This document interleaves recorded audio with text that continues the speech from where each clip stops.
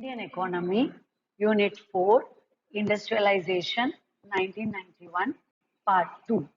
Myself, Dr. Santosh, Faculty Department of Economics, KCS Kasinadar College of Arts and Science.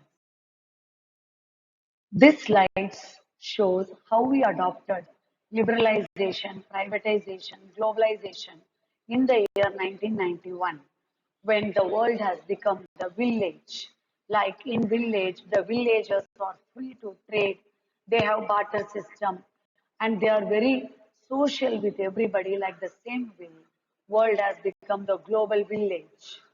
The doors had Indian economy opened its door for the world to have the trade with the home country.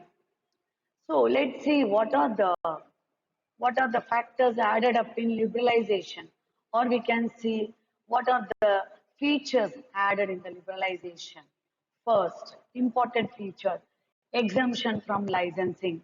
That means you can trade, you can export, you can import with minimum requirement, not by the lump sum procedures. So you are exempted from getting the license. Next, relaxation to MRTP Act. That is monopolies trade restrictive policies and foreign exchange regulation act guidelines relaxation in that. That means no cumbersome procedures, easy to simple follow steps, delicensing of large range of industries, re-endorsed of capacity, that is benefits were granted under this scheme to industries who successfully achieve capacity utilization of 90%. Fifth, broad banding of industries. Under this, the government branded the industries into broad categories. For example, cars, jeeps, tractors, light and heavy commercial vehicles are branded as four-wheelers. Next, promotion of economies of scale in production. Students, you already learned what is meant by economies of scale. Economies of scale is the features or benefits or advantages available to a firm inside the firm and outside the firm to reduce cost by allowing firms to expand. Then development of backward areas in the sense not industrially rich areas or not agriculturally rich areas. Backwardness in the sense of development, not in the sense of monetary. Incentives were provided to the exporters. Promotion of small scale industries by increasing their trading limits. Last, new industrial policy framed in the year 1990. Let's see, students, what are the reforms taken place in the industrialization after 1991 globalization and new economic policy. Abolishment of industrial licensing. The first point in previous slide you saw is that only. Abolishment of industrial licensing. So, except 18 industries, all other industries licensing abolished. Coal, petroleum, sugar, animal fats, leather, wood-based products, etc. With the passage of time, the licensing requirements were further reduced. As of today, only 5 industries: alcohol, cigarettes, hazardous chemicals, electronics, aerospace and defense equipment, and industrial explosives requires licensing because they are very sensitive.